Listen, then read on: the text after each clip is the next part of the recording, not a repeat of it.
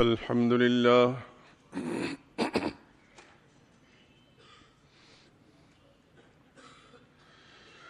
الحمد لله وكفى والسلام على عباده الذين اصطفى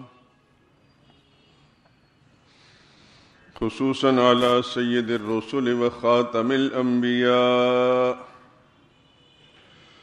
وعلى آله المجتبى وأصحابه الأتقياء. أما بعد فإن خير الحديث كتاب الله وخير الهدي هدي محمد صلى الله عليه وسلم وشر الأمور محدثاتها وكل محدثة بدعة وكل بدعة ضلالة وكل ضلالة في النار. أعوذ بالله من الشيطان الرجيم. بسم الله الرحمن الرحيم. لقد جاءكم رسول من أنفسكم عزيز عليه ما عنتم حريص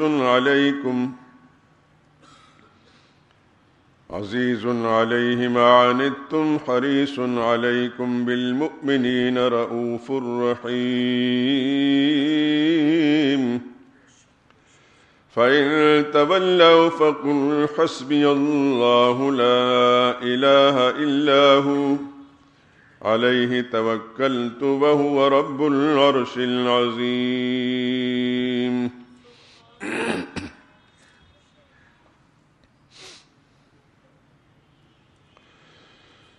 لوگو تمہارے پاس تم ہی میں سے ایک پیغمبر آئے ہیں. تمہاری تکلیف ان کو گراں معلوم ہوتی ہے اور تمہاری بھلائی کے بہت خواہش مند ہیں، اور ایمان والوں پر نہایت شفقت کرنے والے اور مہربان ہیں. پھر اگر یہ لوگ پھر جائیں اور نہ مانیں تو کہہ دیجئے کہ اللہ مجھے کافی ہے، اس کے سوا کوئی معبود اور کارساز اور حاجت روا اور مشکل کشا نہیں. اسی پر میرا بھروسہ ہے اور وہی عرش عظیم کا مالک ہے.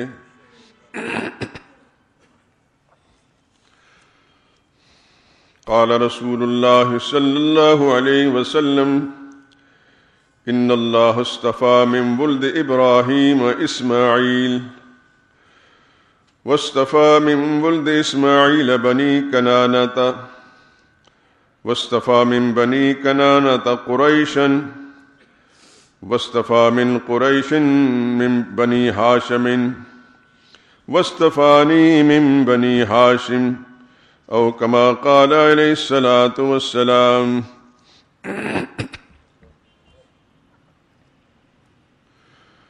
وقال رسول اللہ صلی اللہ علیہ وسلم فی مقام آخر انا انفسکم نسبا وحسبا وسہرا لیس فی آبائی من لدن آدم صفاح کلنا نکاح.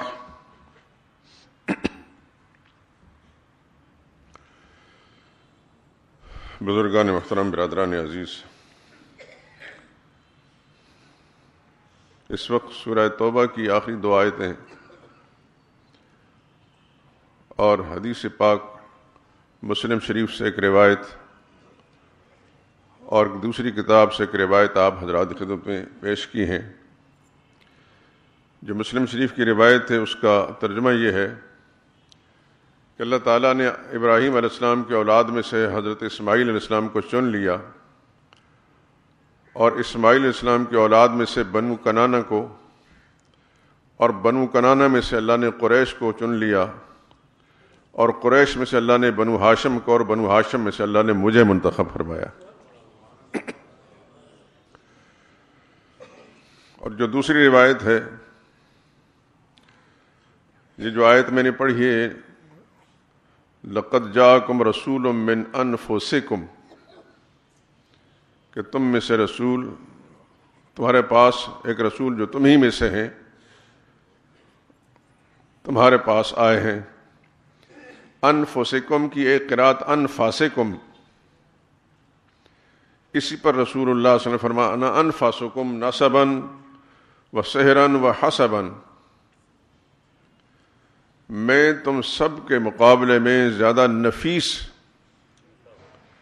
اعلیٰ اور عمدہ، اپنے نسب کے اعتبار سے بھی، اپنے سسرالی رشتوں کے اعتبار سے بھی، اور اپنے حسب یعنی مادری نسب کے اعتبار سے بھی زیادہ نفیس بنا کر، عمدہ اور اعلیٰ بنا کر بھیجا گیا ہوں۔ لیس فی آبائی من لدن آدم صفاح، میرے آباء و اجداد میں میرے باپ عبداللہ سے لے کر آدم علیہ السلام تک کوئی بدکار بد چلن نہیں گزرا۔ کل نکاح، ہم سب نکاحوں کے رشتے سے دنیا میں آئے۔ سبحان اللہ، یہ دعویٰ کرنے کا حق اور اختیار بھی محمد مصطفیٰ صلی اللہ علیہ وسلم کو ہی ہے۔ دنیا میں کون اور ماں کا لال ہے جو اس طرح دعویٰ کر سکتا ہے؟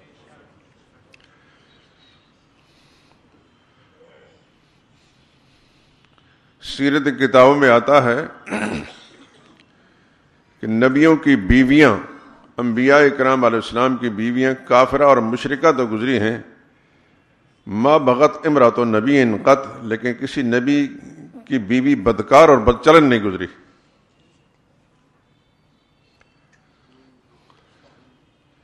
کیونکہ یہ جو عقیدہ کا معاملہ ہے، عقیدے میں تو انبیاء کرام علیہ السلام کے آباء و اجداد مشرک اور کافر گزرے ہیں۔ ابراہیم علیہ السلام کا قصہ تو قرآن کریم میں جا بجا موجود ہے۔ ان کے والد آزر بہت بڑے مشرک اور بت پرست، بت تراش، بت فروش تھے، اور ساری حکومت بھی کافر اور مشرک تھی، ساری قوم بھی ایسی تھی۔ تنہا اس قوم کے اندر ابراہیم علیہ السلام اللہ کے موحد، اللہ کے منتخب کردہ پیغمبر تھے۔ تو ہوش کی آنکھ کھولنے کے بعد دیکھا گھر کا نظام تو بالکل اندھیرے میں اور تاریکی والا تھا، یعنی شرک میں ڈوبا ہوا تھا۔ ماحول کو دیکھا، ساری قوم مشرک، اوپر دیکھا حکومت مشرک۔ تو حکومت کے ساتھ جو مکالمہ ہوا ابراہیم علیہ السلام کا، وہ بھی قرآن کریم میں ہے۔ آیت الکرسی جب ختم ہوتی تو اس کے تھوڑی بعد وہ مکالمہ موجود ہے۔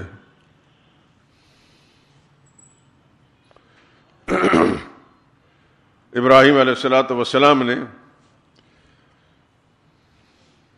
وقت کے حاکم سے مخاطب کر کے فرمایا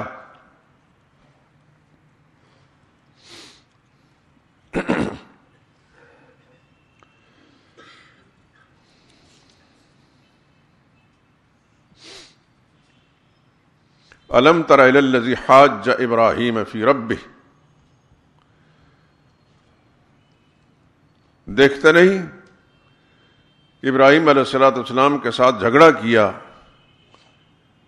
ایک شخص نے۔ جھگڑے کا موضوع تھا رب کی ذات، اور جھگڑنے والا کون تھا؟ ان آتاہ اللہ الملک، اس کے پاس بادشاہت تھی، حکومت تھی۔ حاکم وقت، بادشاہ وقت ابراہیم علیہ السلام کے ساتھ اس بات میں جھگڑنے لگا کہ میں رب ہوں، میرے سوا اور کون رب ہو سکتا ہے؟ اذ قال ابراہیم ربی الذی یحیی و یمیت، ابراہیم علیہ السلام فرمانے لگے میرا رب وہ ہے جو زندگی اور موت کا مالک۔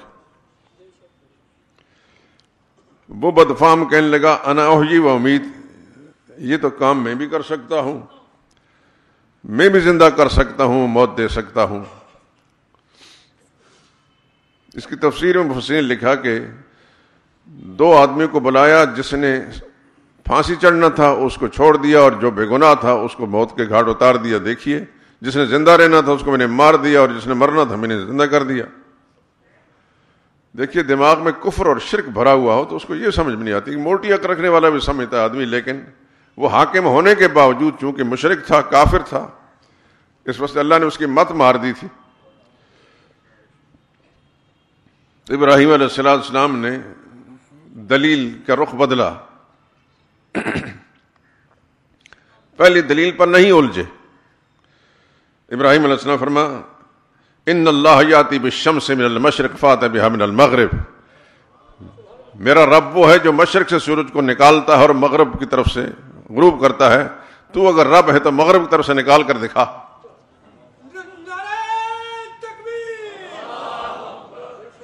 اللہ اکبر. نبی کی یہ شان ہوتی ہے. کس وضاحت کے ساتھ ایک دلیل، اتنی مضبوط دلیل پیش کی. اللہ نے چونکہ اس کی مت مارنی تھی، ورنہ یہ بھی بک سکتا تھا کہ یہ مشرق سے میں نے چڑھایا ہے، یہ سورج میں نے نکالا ہے. لیکن نہیں، اللہ نے مت مار دی اس کی. اس وقت لاجواب ہو گیا. تو قرآن کہتا ہے فَبُہِتَ الَّذِي کفر، وہ کافر لاجواب ہو گیا. واللہ لا یہدی القوم الظالمین. اللہ ظالموں کو، ظالم اس کو نہیں کہتے جو صرف دوسرے پر زیادتی کرے. ظالم اسے بھی کہتے ہیں کہ جو اللہ کا حق کسی غیر کو دیتا ہے، چاہے وہ اپنے آپ کو دے کسی اور کو، وہ بھی ظالم ہے. تو اللہ مت مار دیتا ہے. تو ابراہیم علیہ السلام حاکم وقت کے ساتھ دیکھا تو وہ مشرک تھے، ان کے ساتھ مکالمہ ہوا، آپ نے اس کا جواب سن لیا. والد کو دیکھا تو وہ مشرک تھا، والد کے ساتھ مکالمہ کیا. قرآن کریم کے اندر موجود ہے جا بجا، اور سورہ مریم میں ذرا تفصیل کے ساتھ.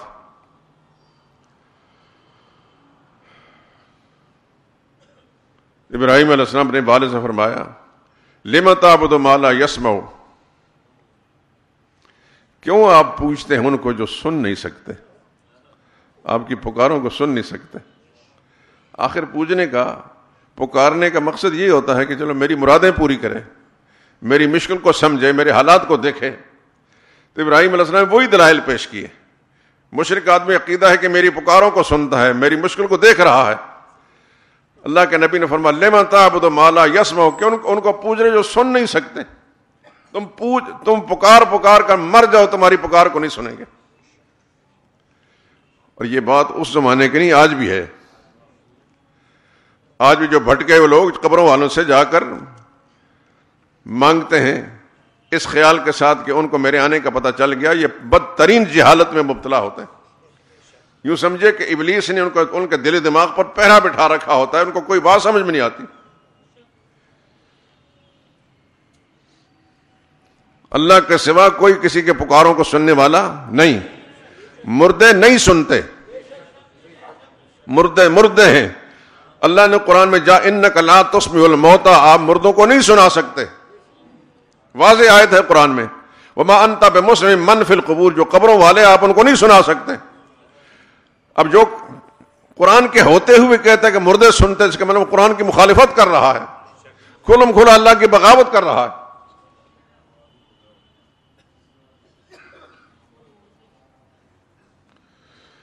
ابراہیم علیہ السلام نے فرمایا لِمَ تَعْبُدُ مَا لَا يَسْمَعُ، ان کو کیوں پوچھتے ہو جو سن نہیں سکتے. وَلَا يُبْصِرُ، آپ کے حالات کو دیکھ نہیں سکتے. وَلَا يُغْنِي عَنْكَ شَيْئًا، اور آپ کی کسی تکلیف کو ہٹا نہیں سکتے. اللہ کے سوا کسی اور کو پوجنے پکارنے میں یہی جذبہ کارفرما ہوتا ہے کہ وہ میری پکاروں کو سنتا ہے، میری مشکلیں جو ہیں میں ان کو سامنے پیش کرتا ہوں تو وہ ان کو سمجھتا ہے، سنتا ہے، اور میرے حالات، میری تکلیفوں کو دیکھتا ہے اور میری تکلیف کو ہٹانے کی قوت رکھتا ہے. ابراہیم علیہ السلام نے یہ تینوں باتوں کی نفی فرما دی. نہ وہ سنتے ہیں، نہ وہ دیکھتے ہیں، نہ تکلیف ہٹانے کی طاقت رکھتے ہیں. ایک شخص کہتا ہے کہ میں رسول اللہ کو بھی مانتا ہوں، سارے نبیوں کو مانتا ہوں، مگر نبیوں کی بات کو نہیں مانتا، اللہ کے قرآن کو نہیں مانتا. وہ مسلمان ہو سکتا ہے؟ دھکے سے تو ہم مسلمان نہیں ہو سکتے. اسلام اور ایمان کے مراکز اللہ کی کتاب محمد رسول اللہ کی تعلیمات ہیں. رسول اللہ صلی اللہ علیہ وسلم نے جو قرآن پیش کیا وہی حضور کی تعلیم تھی. اس بات کو دل کی تختی پر لکھ لیجئے میرے دوستو. قرآن کس پر نازل ہوا؟ محمد رسول اللہ صلی اللہ علیہ وسلم پر. ایسا ہو سکتا ہے کہ محمد رسول اللہ اللہ سے قرآن لے کر میرے اور آپ کے سامنے، امت کے سامنے پیش کر کے پھر اس قرآن کے خلاف کوئی بات کرے؟ ایسا سوچا جا سکتا ہے؟ اس کا معنی یہ ہوا کہ رسول اللہ کا فرمان، حضور کی تعلیم وہی تھی جو اللہ کی کتاب میں ہے. کوئی اور حدیث کے نام پر ایسی بات جو قرآن کے خلاف ہو وہ جھوٹ تو ہو سکتا ہے، رسول اللہ کا فرمان نہیں ہو سکتا. اس بات کو اچھی طرح ذہن نشین فرما. کوئی مولوی، کوئی جبہ دستار والا، کوئی پیر، کوئی بڑا چھوٹا آپ کے سامنے ہاں جی فلاں حدیث کے اندر لکھا ہے، تو اللہ تعالیٰ نے آپ کا ایک معیار آپ کے سامنے رکھا. کیا حدیث قرآن کے مخالف آ سکتی ہے؟ جس نبی نے قرآن پیش کیا وہی نبی اس قرآن کے خلاف پھر بات کرے گا؟ سوچا جا سکتا ہے؟ ادنا درجے میں انسان دل میں وسوسہ لائے انسان دار اسلام سے نکل جاتا ہے. یہ نبی پر بد اعتمادی ہے. رسول اللہ صلی اللہ علیہ وسلم نے قرآن پیش کیا اللہ سے لے کر، وہی رسول اللہ کی تعلیم تھی. کوئی حدیث کے نام پر روایت آتی ہے لیکن قرآن کے خلاف ہے، قرآن سے ٹکراتی ہے، سمجھو جھوٹ ہے. سچائی کا معیار کیا ہے ہمارے پاس؟ اللہ کی طرف سے قرآن کی نہ کوئی آیت ضعیف ہے، کوئی ایک حرف ضعیف نہیں، کوئی ٹکڑا ضعیف نہیں، موضوع نہیں، من گھڑت نہیں. یہ سچائیوں کا مرکز ہے کیونکہ یہ اللہ کا کلام ہے. اور روایت کے نام پر آپ کے سامنے جو چیز آتی ہے اس میں انسانوں کا تصرف بھی ہو سکتا ہے. کسی راوی نے جھوٹ بولا ہو، کوئی روایت رسول اللہ صلی اللہ علیہ وسلم سے لے کر بیان کرتا ہے، درمیان میں کئی واسطے ہیں، ہو سکتا ہے اس راوی نے جھوٹ بولا ہو، اس راوی کو وہم لگ گیا ہو، دسیوں باتیں ہو سکتی ہیں. روایت جو امت سے رسول اللہ سے لے کر امت تک پہنچنے میں راستے میں جتنے واسطے ہیں ان میں کہیں نہ کہیں خرابی آ سکتی ہے، کیونکہ وہ روایت جب قرآن سے ٹکرائے گی تو سمجھو کہ وہ اس میں خرابی ہے. اگر روایت قرآن کے مطابق ہے تو سمجھو کہ رسول اللہ کا فرمان ہے. ایک سیدھا سادہ معیار ہے، ایک عام مسلمان بھی اس کو سمجھ سکتا ہے. اس کے لیے کتابیں کھنگالنے کی ضرورت نہیں. میں نے کہ اصول آپ کو بتا دیا. کوئی روایت جو قرآن کے خلاف ہوگی وہ حدیث نہیں، وہ کسی جعلساز نے حدیث کے نام پر گھڑ کر آپ کے سامنے پیش کی ہے. کیونکہ قرآن سچائیوں کا مرکز ہے، قرآن اللہ کا کلام ہے، اور اللہ سے لانے والے جبریل امین ہیں. ان کی صفت بھی امین بیان کی. وہ جبریل جو پوری امانت اور دیانت کے ساتھ رسول اللہ صلی اللہ علیہ وسلم تک پہنچایا. انہ لقول رسول کریم ذی قوت عند ذی العرش مکین مطاع ثم امین. یہ بات پہنچانے والے کون ہیں؟ رسول، ایسا اللہ کا نمائندہ، ایسا فرستادہ، ایسا سفیر ہے. رسول ہیں، رسول سے مراد نمائندہ. کریم، بڑا شریف کرم والا ہے. مطاع ثم امین. پھر راستے میں ذی قوت، ایسا بھی نہیں کسی نے راستے میں سے چھین لیا ہو. ذی العرش مکین، عرش والے کے پاس رہتا ہے. بلا کم و کاس جو اللہ سے کلام لیا محمد رسول اللہ تک پہنچا دیا.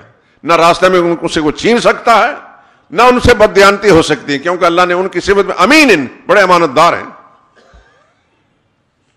تو جبریل بھی امین اور محمد رسول اللہ بھی امین. تو اللہ کا کلام ہو بہو، جس کا ایک شوشہ، ایک زیر، ایک زبر، ایک نقطہ بھی نہیں بدلا، جو جیسے رسول اللہ صلی اللہ علیہ وسلم تک پہنچا امت تک پہنچا دیا گیا. یہ سچائیوں کا مرکز ہے.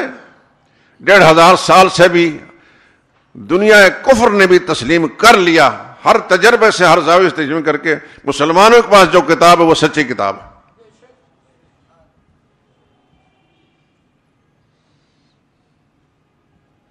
شاید پچھلے جمعے میں نے وہ قصہ بیان کیا تھا.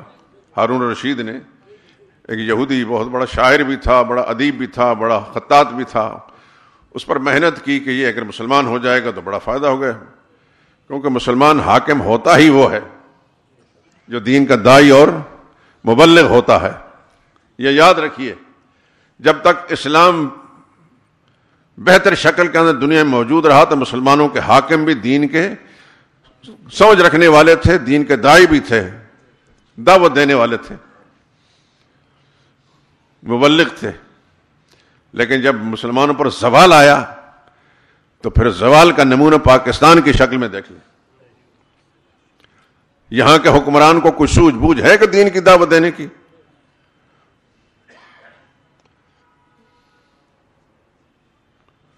ان کو خود بھی پتہ نہیں.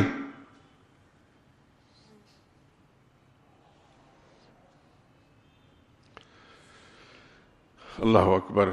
میری بات کو ذہن نشین فرمائے دوستو، یہ جو کچھ بھی ہے یہ ہمارے اپنے اعمال کا نتیجہ ہے. اعمالکم عمالکم، تمہارے اپنے اعمال تمہارے حاکم ہوں گے. ہم لوگ اچھے ہوتے، یہ قوم من حیث القوم اچھی ہوتی تو ایسے حاکم نہ آتے جنہیں اپنے اسلام اور ایمان کا پتہ بھی نہیں. ہارون رشید خلیفہ وقت عباسی خلفاء میں سے ایک بڑا نامور خلیفہ گزرے ہیں. ان نے اس یحییٰ بن اقسم جو یہودی شاعر تھا، ادیب تھا اور خطاط تھا، اس کو اسلام کی دعوت دی. وہ متزلزل تو ہوا لیکن اس وقت اس نے کلمہ نہیں پڑھا. پھر آنے کا وعدہ کر کے چلا گیا اور پھر آیا نہیں کافی عرصہ. خلیفہ حجاز مقدس گیا، حرم شریف میں داخل ہوا، طواف کے دوران دیکھا تو اس یحییٰ بن اقسم کو ملاقات ہوگی، وہ طواف کر رہا تھا. خلیفہ بہت خوش ہوا، یہ آدمی مسلمان ہو گیا. لیکن اس سے پوچھا کہ بھائی میری دعوت پر تم نے مجھ سے زیادہ اعلیٰ درجے میں تبلیغ کرنے والا کون تھا؟ یہ یاد رکھیے کہ اس زمانے کے خلفاء عالم ہوتے تھے. خلفاء عالم ہوتے تھے. آپ کی حدیث کی کتاب موطا امام مالک میں، امام مالک جو پہلے محدث ہیں، امام بخاری وغیرہ سے بہت پہلے گزرے ہیں. امام مالک جو ہے مدینہ طیبہ دار اسلام، مرکز اسلام مدینہ منورہ کے اندر محدث تھے. مسجد نبوی میں بیٹھ کر حدیث پڑھایا کرتے تھے. بڑے بڑے ائمہ امام محمد بن حسن شیبانی اور قاضی ابو یوسف ان کے شاگرد ہیں. ابو حنیفہ کے دور کے آدمی ہیں. بخاری بہت بعد میں لکھی گئی، موطا امام مالک پہلے لکھی گئی.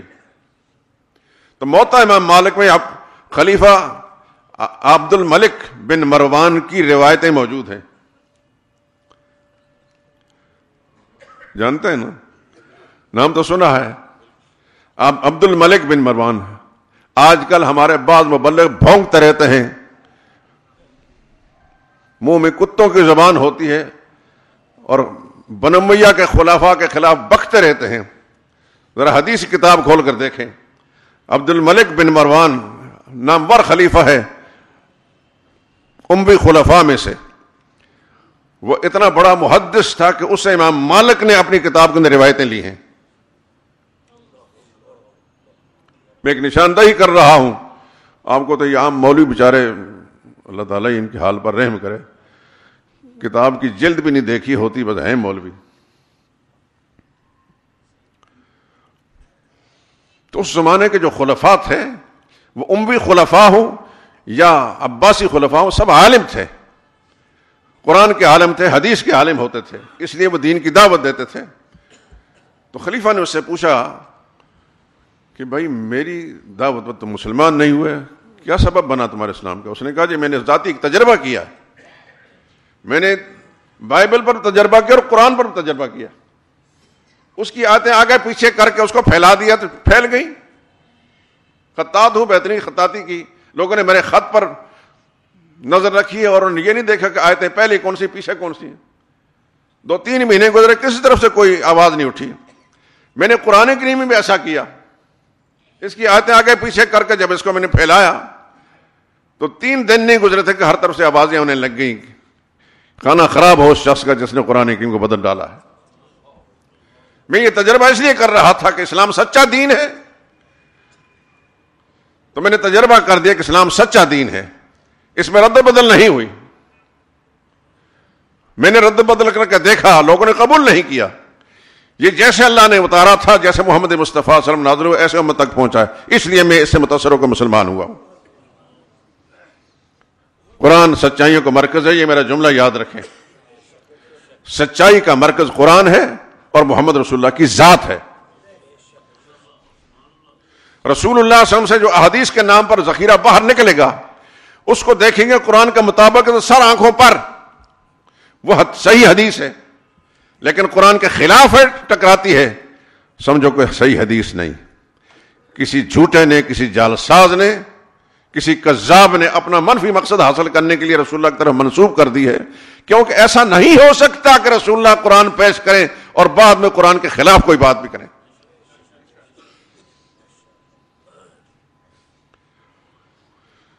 اللہ اکبر.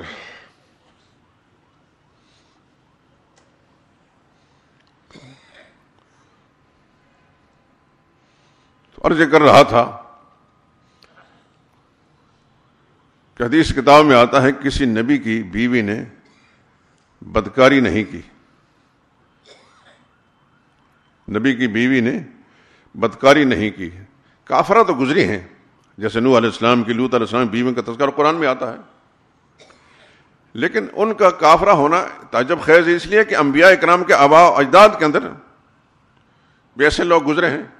جیسے ابراہیم علیہ السلام کی مثال آپ نے پیش کی کہ وقت کی حکومت بھی کافر ہے، وقت قوم بھی کافر ہے، والد بھی کافر ہے، اور والد کو دعوت جو دی اسلام کی دی وہ قرآن کریم کے اندر موجود ہے. اور قرآن کریم کے اندر جا بجا اس دعوت کا ذکر ہے، لیکن سورہ مریم ذرا تفصیل سے وَاذْكُرْ فِي الْكِتَابِ إِبْرَاهِيمَ إِنَّهُ كَانَ صِدِّيقًا نَبِيًّا. تمہید یوں باندھی ہے، میرے نبی اس کتاب کو پڑھ کر ابراہیم علیہ السلام کا ذکر ان کے سامنے کیجئے. ابراہیم علیہ السلام بڑے صدیق نبی تھے، بہت ذرا راست باز سچے نبی تھے. یہاں سے تمہید باندھ کر اذ قال لأبیہ یا ابتہ، کہنے لگے اپنے باپ سے، میرے ابا جان، لما تعبدو، کیوں پوچھتے ہیں آپ، ما ان کو، لا یسمع جو آپ کی پکاروں کو سن نہیں سکتے. ابراہیم علیہ السلام کا عقیدہ کیا تھا کہ مردے نہیں سنتے. میرے زمانے کا اور آپ کے زمانے کا مولوی کہتا ہے مردے سنتے ہیں، جاؤ ان سے جا کے مرادیں مانگو.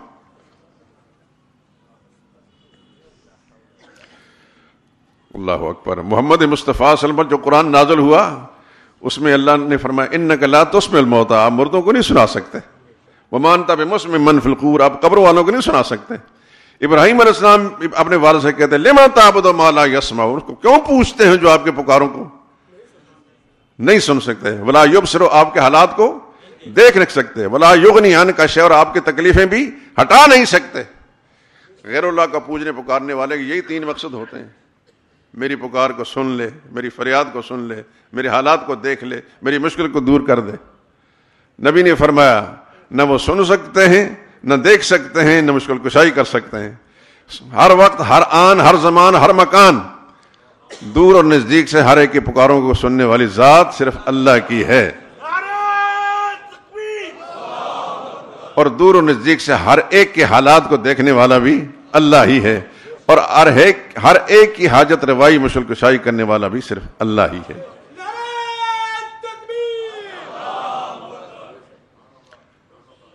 عرض کر رہا تھا کہ محمد مصطفیٰ صلی اللہ علیہ وسلم نے فرمایا کہ اللہ تعالیٰ نے اولاد ابراہیم میں سے اسماعیل کو چن لیا علیہ السلام. اسماعیل علیہ السلام کی اولاد میں سے اللہ نے بنی کنانہ، سلسلہ نسب میں آتا آگے، اس کو چن لیا.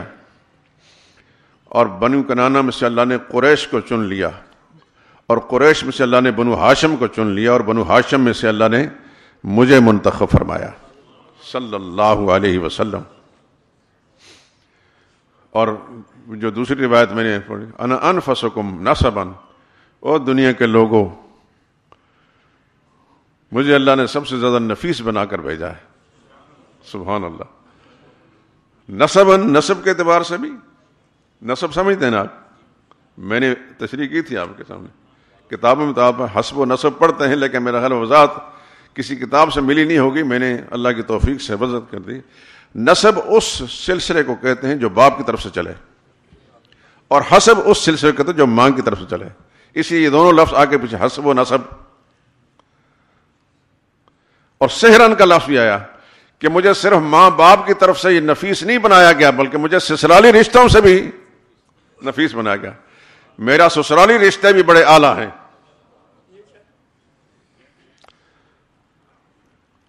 اور ایک حدیث کے مضمون یہ ہے کہ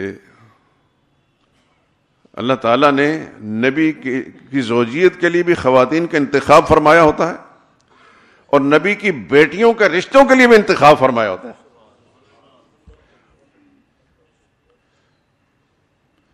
جب سیدہ رقیہ رسول اللہ صلی اللہ علیہ وسلم کی دوسرے نمبر کی بڑی صاحبزادی جو سیدنا عثمان رضی اللہ تعالیٰ عنہ کی زوجیت میں تھی، ان کا انتقال ہوا، تو پھر رسول اللہ صلی اللہ علیہ وسلم نے اپنی تیسرے نمبر کی صاحبزادی حضرت ام کلثوم کا ان کے ساتھ نکاح کر لیا.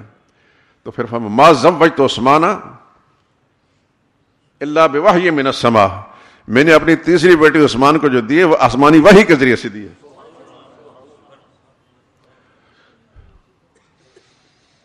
تو نبی کی بیٹیوں کے لیے رشتوں کا انتخاب بھی میرے رب نے فرمایا، اور نبی کی اپنی زوجیت کے رشتوں کا انتخاب بھی میرے رب نے فرمایا.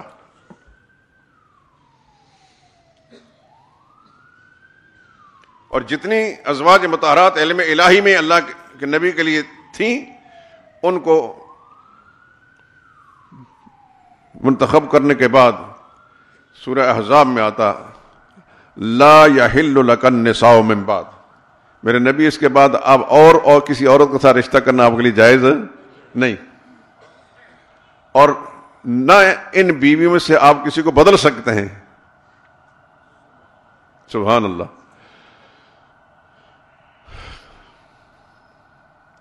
محمد مصطفیٰ صلی اللہ علیہ وسلم خلاصہ کائنات ہیں، اللہ کی ساری مخلوق کا نچوڑ محمد مصطفیٰ صلی اللہ علیہ وسلم بنا کر بھیجے گئے. دیکھیے یہ جو میں نے ابھی روایت پیش کی ہے انا انفسکم، اس پہ ذرا آپ غور تو فرمائیے. دنیا میں کتنے بڑے بڑے انسان گزر گئے، ہزاروں سال انسانوں کو دنیا میں آنے کے بعد گزرے ہیں، لیکن کسی نے نہ دعویٰ کیا ہے نہ کسی کو حق پہنچتا ہے.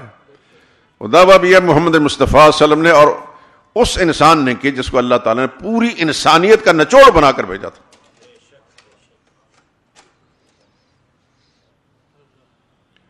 اور رسول اللہ صلی اللہ علیہ وسلم کا جو سلسلہ نسب ہے، محمد بن عبداللہ بن عبد المطلب بن ہاشم بن عبد مناف بن قصی بن کلاب بن مرہ بن کعب بن لوی بن غالب بن فہر بن مالک بن نضر بن کنانہ بن خزیمہ بن مدرکہ بن الیاس بن مزر بن نزار بن معد بن عدنان. یہ 21 پشتیں ہیں جو رسول اللہ صلی اللہ علیہ وسلم کی سلسلے میں ہیں. حضور صلی اللہ علیہ وسلم جب بھی اپنے سلسلہ نسب کا ذکر فرماتے تو عدنان تک ذکر فرماتے، 21ویں پشت میں، اس سے آگے نہیں ذکر فرماتے تھے. اور فرماتے عبداللہ بن عباس فرماتے ہیں کہ رسول اللہ صلی اللہ علیہ وسلم جب اپنے سلسلہ نسب کا ذکر فرماتے تو اس کے بعد فرماتے کذبن نصابون. اس سے آگے جو کوئی شخص سلسلہ نسب بیان کرتا ہے جھوٹ بولتا ہے. اسی طرح عبداللہ بن مسعود رضی اللہ تعالیٰ عنہ جو جلیل قدر صحابی ہیں، سورہ ابراہیم کی آیت وعادم وثمودا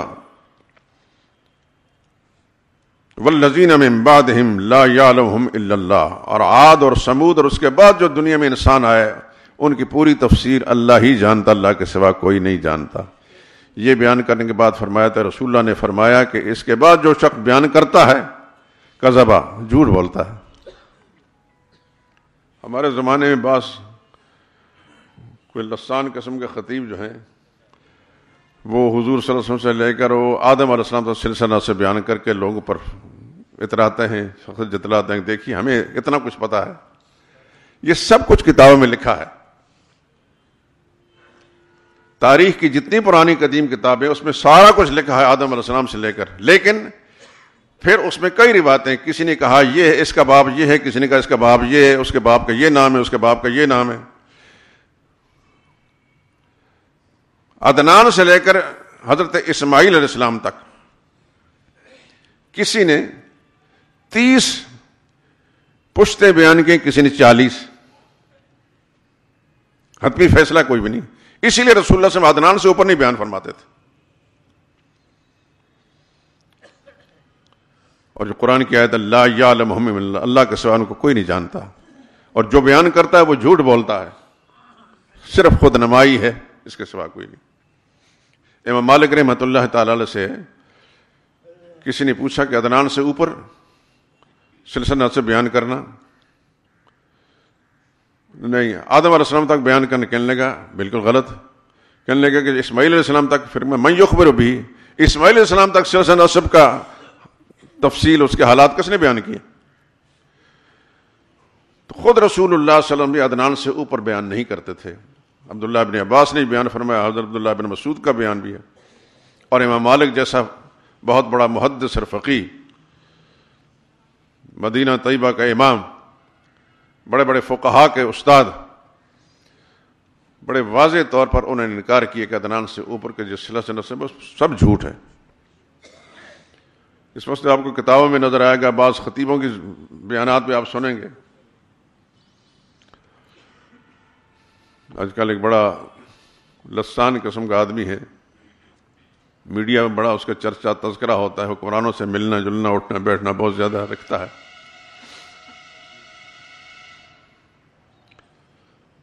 اس کو صحابہ تو اچھے نہیں لگتے، بنو امیہ کا خاص طور پر دشمن ہے، لیکن باقی سب اچھے لگتے ہیں۔ روافظ کے مجمع میں جاتا ہے، ان کے باڑوں میں جاتا ہے، ان کے ساتھ ملنا جلنا اٹھنا بیٹھنا۔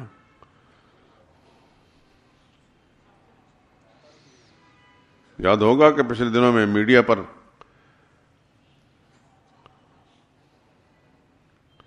ایک جعلی من گڑت جھوٹی روایت کو صحیح روایت کہہ کر لوگوں کے سامنے بیان کرتا ہے، من کن تو مولا و فالین مولا، جس کا میں مولا اس کا علی مولا۔ پھر کہنے لگا میرا دل کرتا کہ میں اب حضرت علی نہیں کہوں گا، مولا علی کہوں گا۔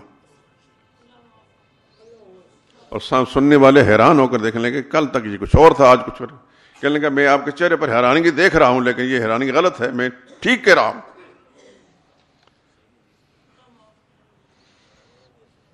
بدقسمتی سے وہ دیوبندی ہے۔ اللہ تعالیٰ ہم سب کے دین ایمان کی حفاظت فرمائے۔ اللہ ہی کے پاس ہدایت ہے، علم اور معلومات کے اضافے سے ہدایت ضروری نہیں ہے، ہدایت اللہ کے قبضے میں ہے۔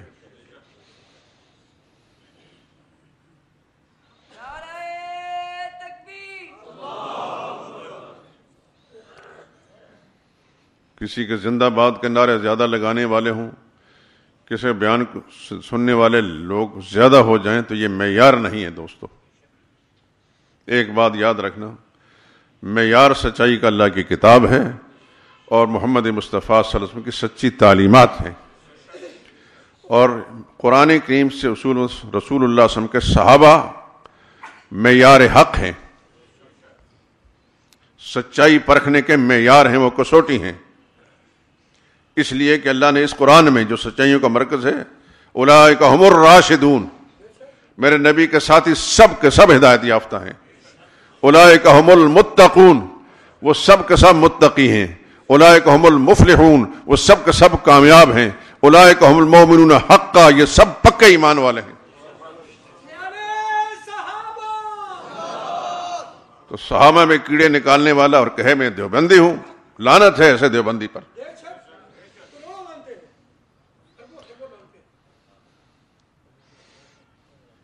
صحابہ کے دشمنوں کے ساتھ پینگیں بڑھایا ہے محبت کی،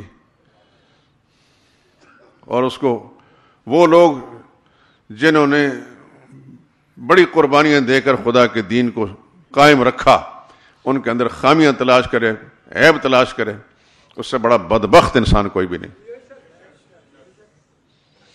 اللہ سے دعا کریں میرے لیے بھی اور اپنے لیے، یا اللہ ہمیں دین پر، ہدایت پر جو تجھے پسند ہے اس پر قائم رکھنا، اپنی کتاب کے ساتھ وابستگی نصیب فرمانا، محمد رسول اللہ کے سچی تعلیمات کے ساتھ، جو رسول اللہ کے محبوب لوگ ہیں ان کے ساتھ یا اللہ ہمیں قائم دائم رکھنا۔ موضوع گفتگو رسول اللہ صلی اللہ علیہ وسلم کی ذات ہے۔ اس وقت جو میں گفتگو کر رہا ہوں ضمناً بہت ساری چیزیں آ جاتی ہیں، لیکن رسول اللہ صلی اللہ علیہ وسلم کی ذات ہے۔ بخاری شریف کہ 7ویں نمبر کی روایت ہے، بدل وحی کا مضمون بیان کر کے امام بخاری اس 7ویں نمبر سے روایت کو لاتے ہیں۔ حضور صلی اللہ علیہ وسلم مدنی زندگی میں پہنچ کر ہجرت کے 6 سال کے اینڈ پر رسول اللہ صلی اللہ علیہ وسلم نے خط لکھے دنیا کے بادشاہوں کو۔ اس بات کو ذرا دھیان سے سننا، اور یاد بھی. نبی جو دنیا میں مبعوث ہوئے، تشریف لائے تھے، دنیا میں اللہ کا پیغام پہنچانے اور اس کو غالب کرنے کے لیے آئے تھے. اور پچھلے جمعے میں شاید آپ سن چکے کہ نبی کے جہاد کے مقاصد بھی یہی تھے کہ اللہ کا پیغام دنیا میں غالب کرنا ہے. اور جس نے رکاوٹ ڈالی، جس نے مزاحمت کی، پھر اس کے لیے تلوار اٹھائی. اور جب مزاحمت نہیں کرتا تو اس کو کچھ نہیں کہا. جس نے رکاوٹ ڈالی اللہ کا پیغام پہنچانے میں، اس کے خلاف پھر تلوار اٹھائی ہے. اور جس نے رکاوٹ نہیں ڈالی تو اس کو اجازت دے دی کہ تم اگر اسلام قبول نہیں کرتے نہ کر، اپنے موقف پر رہو، لیکن اسلامی مملکت کے اندر تمہیں پھر جزیہ دینا پڑے گا. تم اپنے مذہب پر عمل کرو، ہم تمہیں کچھ بھی نہیں کہتے. یہ جو قرآن کریم ہے لا اکراہ فی الدین، دین میں کوئی زبردستی نہیں. اس کا مطلب یہ ہے جبراً کسی کو مسلمان نہیں کرنا. یہ اسلام کا مزاج ہی نہیں. دین کی دعوت دینی ہے. مکہ میں رسول اللہ صلی اللہ علیہ وسلم نے دین کی دعوت دی، تلوار نہیں اٹھائی تھی. جب انہوں نے مخالفت کی تو شروع میں مکی زندگی میں رسول اللہ صلی اللہ علیہ وسلم مار کھاتے رہے، صحابہ مار کھاتے رہے، لیکن اللہ کا پیغام سناتے رہے. 13 سال مارے کھائی ہیں، تلوار نہیں اٹھائی. نہ کسی صحابی کو اجازت تھی، نہ رسول اللہ صلی اللہ علیہ وسلم نے ایسا کیا. مدنی زندگی میں جب ہجرت فرما کر مدینہ طیبہ پہنچ گئے تو پھر اس کو وحی آ گئی اللہ کی، اذن للذین یقاتلون بانہم ظلم. اب اجازت دی جا رہی ہے کہ یہ جو آپ کا راستہ روک رہے ہیں، اگر وہ راستہ روکتے ہیں، تشدد کرتے ہیں، تو پھر آپ ان کے خلاف تلوار اٹھا سکتے ہیں. چنانچہ رسول اللہ صلی اللہ علیہ وسلم نے پھر جو جہاد شروع کیا تو مدنی زندگی میں شروع کیا. آپ کے علم میں ہے سن 2 ہجری میں غزوہ بدر ہوا، سن 3 ہجری میں غزوہ احد ہوا، سن 5 ہجری کے اندر غزوہ احزاب ہوا. پیدر پہ پھر غزوات ہوتے رہے، لیکن غزوات صرف انہی لوگوں کے خلاف ہوتے رہے کہ جو رکاوٹ ڈالتے تھے، جنہوں نے تشدد کیا، جس نے مسلمانوں کا راستہ روکا. جس نے راستہ نہیں روکا، کوئی ایک مثال بھی دنیا میں نہیں پیش کی جا سکتی کہ حضور صلی اللہ علیہ وسلم ان کے ساتھ تشدد کیا ہو. اور رسول اللہ صلی اللہ علیہ وسلم کا جو جہاد والا عمل تھا، قربان جائیں اس پیغمبر پر صلی اللہ علیہ وسلم. صحابہ اکرام کو جس وقت کہیں کسی غزوے پر بھیجتے تھے کوئی دستہ دے کر، تو یہ تاکید فرماتے تھے، دیکھیے جو آپ کا راستہ نہیں رکاتا اس کو کچھ نہیں کہنا، آپ کے خلاف ہاتھ نہیں اٹھاتا اس کو کچھ نہیں کہنا، عورتوں کو کچھ نہیں کہنا، بچوں کو کچھ نہیں کہنا، مذہبی پیشواؤں کو کچھ نہیں کہنا. ہاں البتہ آپ کا مخالفت کرتا ہے اور پھر آپ کا مسلح آپ کے ساتھ مقابلہ کرتا ہے، پھر اس کے خلاف آپ نے تلوار چلانی. اسلام کا جہاد ازالہ فساد کے تھا، فتنہ و فساد ختم کرنے کے لیے نہیں تھا، فساد پھیلانے کے لیے نہیں تھا. آپ مسلمان ہیں ماشاءاللہ، اللہ اس اسلام پر قائم رکھے آپ کو، اور زندگی کی آخری سانس تک رکھے. اپنے دل و دماغ کے اندر اسلام کے اصولوں کے بارے میں اگر کوئی غلط فہمی ہے تو زائل کر دیجیے، دور ہٹا دیجیے. اسلام کا جہاد فساد مٹانے کے لیے، فساد کرنے کے لیے نہیں. اس وقت امریکہ اور اس کی اتحادی شیطانی قوتیں اپنے غلاموں کو، جیسے ہمارا پاکستان ہوا، یہ سبق دے رہی ہیں کہ یہ سارے کے سارے دہشت گرد ہیں. وہ جہاد کو دہشت گردی قرار دے کر پھر مجاہدین کا نام دہشت گرد. جب تک امریکہ کو خود ضرورت تھی یہ سب مجاہد تھے. یاد ہے روس کے خلاف جب افغانستان کے اندر مزاحمتی قوتیں تھیں مجاہدین کی، اس وقت وہ پاکستانی میڈیا بھی مجاہدین کہتے تھے، یہاں کا حکمران بھی مجاہد کہتا تھا، وہاں سے مجاہد کہلاتے تھے. جو مقصد پورا ہو گیا امریکہ کا، یکسر اس کا موقف بدلا، پھر وہ دہشت گرد، تشدد پسند، شدت پسند. یہی پاکستان کا منافق میڈیا بھی کہہ رہا ہے، بکتا ہے، اور یہاں کا حکمران بھی. میں انصاف کر دینا چاہتا ہوں کہ اسلام کا جہاد فساد مٹانے کے لیے ہے، فساد کرنے کے لیے نہیں. اب بھی یہ حکم ہے کہ اسلام کا پیغام پہنچانا ہے. نہ تو ان کے اندر اسلام ہے، نہ اسلام کا پیغام دیتے ہیں. وہ تو محمد رسول اللہ تھے نا، اور رسول اللہ کے صحابہ تھے. تو سن 6 ہجری میں رسول اللہ نے خط لکھا تمام دنیا کے حکمرانوں کے، اسلام کی دعوت دی. قیصر روم، آپ کو سمجھانے کے لیے میں بات کہہ رہا ہوں، روس کے ٹوٹنے سے پہلے، روس کے حصے بکھرے ہونے سے پہلے دنیا میں 2 بڑی حکومتیں تھیں، ایک روس اور دوسرا امریکہ. دنیا دو بلاکوں میں تقسیم تھی، کچھ لوگ روس کے زیر اثر تھے، کچھ امریکہ کے زیر اثر تھے۔ روس تو خیر ٹوٹ گیا، جہاد کی برکت سے خدا نے اس کو توڑا ہے، اور دعا کریں کہ رب العالمین دنیا کے دوسرے بڑے طاغوت کو بھی حصے بخیر کر دے۔ ظلم جب بڑھتا ہے تو پھر مٹ ہی جاتا ہے۔ انشاءاللہ اللہ ہمیں اپنی زندگی میں دکھائے وہ منظر۔ رسول اللہ نے خط لکھے قیصر روم کو، یہ آدھی دنیا کا حکمران تھا۔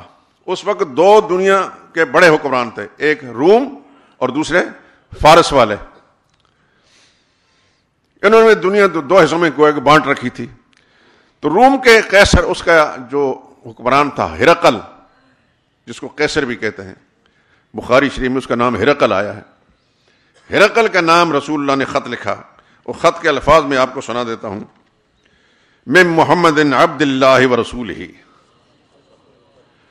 صلی اللہ علیہ وسلم، از طرف محمد جو اللہ کے بندے اور اللہ کے رسول ہیں، الہ ہرقل، ہرقل کے نام عظیم روم جو روم کا بادشاہ ہے، سلام علی من اتبع الہدی، السلام علیکم نہیں، کیونکہ وہ عیسائی تھا اور سلام کا محل نہیں تھا۔ یاد رکھیے میرے دوستو، آپ کے دوست احباب کے اندر اگر مسلمان ہے تو اس کو السلام علیکم کہیں، لیکن غیر مسلم ہے تو السلام علیکم نہیں کہہ سکتے۔ السلام علی من اتبع الہدی، اور جو الفاظ ہو سکتے ہیں وہ کہہ دیں، لیکن یہ اسلام کا السلام علیکم یہ صرف مسلمان اس کا محل ہو سکتا ہے۔ تو حضور نے اس کو السلام علیکم نہیں لکھا، سلام علی من اتبع ہے، سلام اس پر ہو جو ہدایت کا پیروکار ہے۔ اما بعد، پھر اس کے بعد لکھا فإنی ادعوک بدعایۃ الاسلام، میں تمہیں اسلام کی دعوت دیتا ہوں۔ اسلم، مختصر سا خط ہے، اسلم، اسلام قبول کر لے، تسلم، تو بچ جائے گا۔ الفاظ پہ غور نہیں کر رہے۔ ایک ایسا انسان جس کے پاس بہت بڑی مملکت نہیں، معمولی ریاست مدینہ کی قائم ہوئی ہے، چند کلومیٹر پر دائیں بائیں حکمرانی ہے، اور ایسے حکمران کو خط لکھ رہا ہے اور اسلام کی دعوت دے کر ایک جملہ مختصر سا دھمکی والا بھی، اسلم، اسلام قبول کر لے، تسلم، بچ جائے گا۔ اس میں کیا ہے کہ اسلام اگر قبول نہیں کرے گا تو پھر بچ نہیں سکتا۔ یؤتک اللہ اجرک مرتین، اگر تو اسلام قبول کر، اللہ تعالیٰ ڈبل اجر عطا کریں گے، پہلے تو عیسائی مذہب پر قائم ہونے کی وجہ سے اور دوسرے اسلام میں آنے کی وجہ سے۔ فإن تولیت، اگر تو نے نہ مانی میری بات، فإن علیک اسم العریسیین، تو خود تو برباد ہوگا ہی، پوری قوم کے گناہوں کی شامت بھی تمہارے سر پر ہوگی۔ یہ خط جب رسول اللہ صلی اللہ علیہ وسلم کا پہنچا اس کو، تو ایک کھلبلی سی مچ گئی کہ جدھر سے یہ خط آیا ہے وہ کون آدمی ہے جس نے اتنی بڑی مملکت کو دھمکی دی ہے۔ قیصر روم نے اپنے کارندوں کو کہا کہ بھی اس علاقے سے کوئی تجارتی قافلہ آیا ہو، پتہ کرو۔ تو ایک تجارتی قافلہ آیا تھا، اور اس قافلے کے سربراہ تھے سیدنا ابو سفیان، سب کہو رضی اللہ تعالی عنہ۔ یہ رسول اللہ کے سسر بھی تھے، حضرت ام حبیبہ ام المومنین کے والد تھے، اور امیر المومنین سیدنا معاویہ رضی اللہ تعالیٰ عنہ کے والد گرامی تھے، اور سلسلہ نسب میں یہ اموی تھے۔ حضور صلی اللہ علیہ وسلم قریش میں بنو ہاشم میں سے تھے، اور ان کا خاندان بنو امیہ میں سے تھا۔ یاد رکھیے اس وقت جو معروف شخصیتیں تھیں ان کا میں تھوڑا سا تعارف کرا دوں۔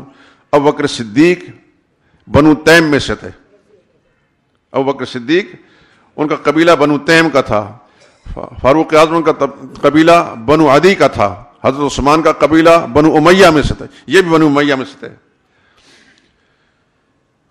تو خیر ابو سفیان اس قافلے کے سردار تھے، لیکن اس وقت مشرک تھے، اس وقت مشرک تھے، اور رسول اللہ صلی اللہ علیہ وسلم ایمان نہیں لائے تھے، بلکہ عقیدے کے مخالف تھے۔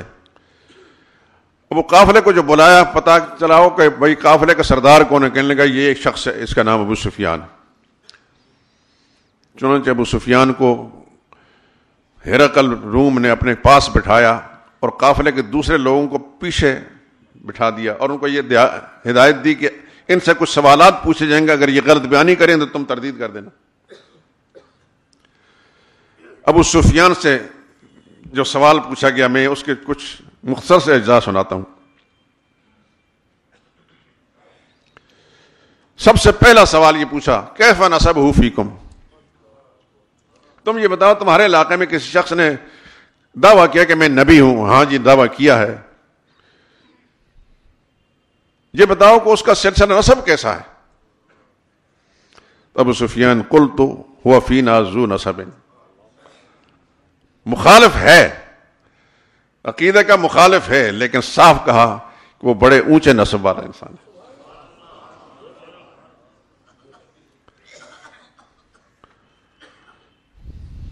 قالا، پھر پوچھا، فہل قال هذا القول منکم احد قط قبلہ، کیا اس سے پہلے بھی کسی نبوت کا دعویٰ کیا ہے؟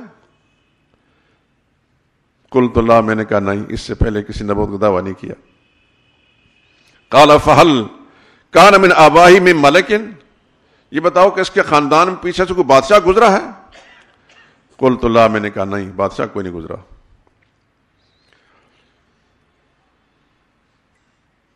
قال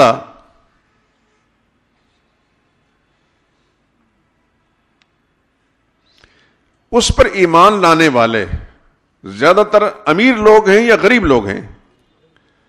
تو کہا کہ غریب لوگ زیادہ ایمان لانے والے ہیں۔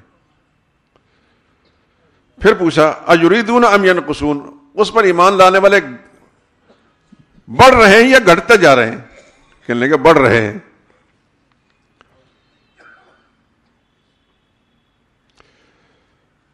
قال فہل یرتد احد منہم، کیا اس پر ایمان لانے کے بعد پھر کوئی مرتد بھی ہوتا ہے؟ سخطۃ لدینہ، کہ اس کے دین کو ناپسند کرتے ہوئے؟ قلت اللہ، میں نے کہا نہیں، ایسا نہیں۔ قال فہل کنتم تتہمونہ بالکذب، تمہارے سامنے کبھی اس نے جھوٹ بولا؟ یعنی تمہاری برادری میں، تمہارے شہر کے لوگ ہیں کہ یہ آدمی جھوٹ بھی بولتا ہے؟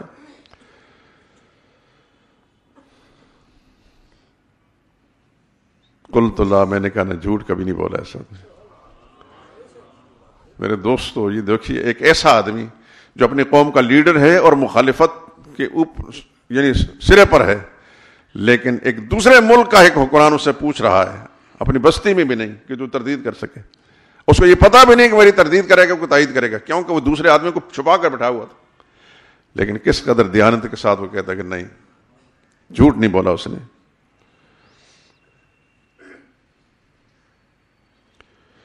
اس نے کہا کبھی اس نے کوئی بدعہدی کی تمہارے ساتھ؟ کہنے لگے کہ اس سے پہلے تو کبھی نہیں کی، البتہ آئندہ ہم دیکھیں گے۔ ابو سفیان بعد میں کہتا ہے کہ یہ واحد بات تھی جو میں نے اس وقت کہی، لیکن میرا دل مطمئن نہیں تھا، مجھے پتا تھا کہ وہ بدعہدی بھی نہیں کرتا، کبھی جھوٹ بھی نہیں بولتے، لیکن میں نے کوشش کی کہ کسی نہ کسی سے کوئی خامی نکالوں، لیکن خامی نکل نہ سکی۔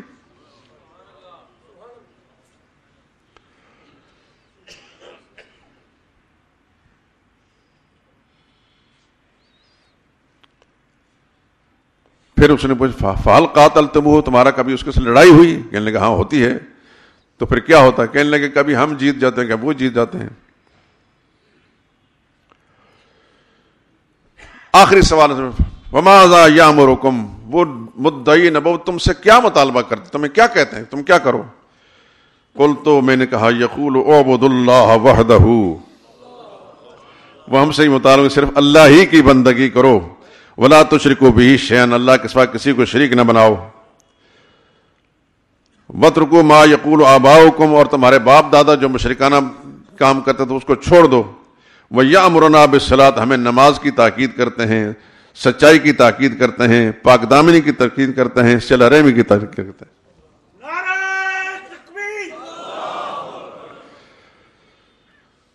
اس کے بعد پھر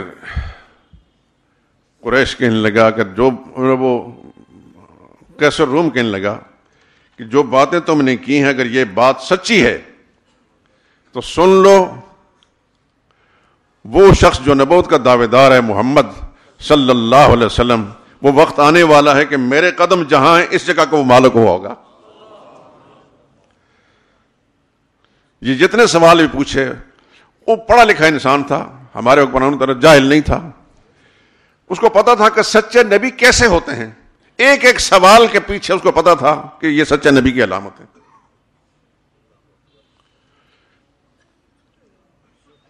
اور اس کے بعد وہاں ایک شور سا اٹھا، جتنے بھی اس کی کابینہ کے لوگ تھے سارے کے سارے، وہ پادری اور وہ جتنے بھی تھے، انہوں نے کہا کہ آپ لگتا ہے کہ ان کو ماننے کے لیے کچھ بات کر رہے ہیں۔ کہ نہیں بھائی، میں تو تمہارا امتحان لینا چاہتا تھا، میں تمہارا امتحان لینا چاہتا تھا کہ تم اپنے عقیدے پر پکے ہو یا نہیں ہو، لیکن مجھے اندازہ ہو کہ تم اپنے عقیدے پکے ہو، بس تسلی ہو گئی۔ امام بخاری اس روایت کو لکھنے کے بعد کہتا ہے کہ اب قیصر مکمل جان چکا تھا، پہچان چکا تھا۔ آخری نتیجہ میں نکال کر بات ختم کر رہا ہوں۔ قیصر روم ان علامات سے جان چکا تھا کہ محمد مصطفیٰ صلی اللہ علیہ وسلم سچے رسول ہیں، پہچان چکا تھا کہ اللہ کے سچے نبی کی یہ شان، لیکن اپنے اقتدار کے خطرے کی بنا پر ایمان نہیں لایا۔ امام بخاری سمجھانے چاہتے ہیں کہ جاننے کا نام ایمان نہیں، پہچاننے کا نام ایمان نہیں، ماننے کا نام ایمان ہے۔ آج بھی بے شمار لوگ پوری طرح جانتے ہیں، پہچانتے ہیں محمد مصطفیٰ صلی اللہ علیہ وسلم کو، لیکن دنیاوی مصلحتیں اور مفادات کی خاطر ایمان نہیں لاتے۔ تو میں بات ختم کرنے لگا ہوں۔ میرے سمیت ہر آدمی کو ہر وقت اپنے دل کو ٹٹولنا چاہیے کہ میں رسول اللہ کو مانتا ہوں،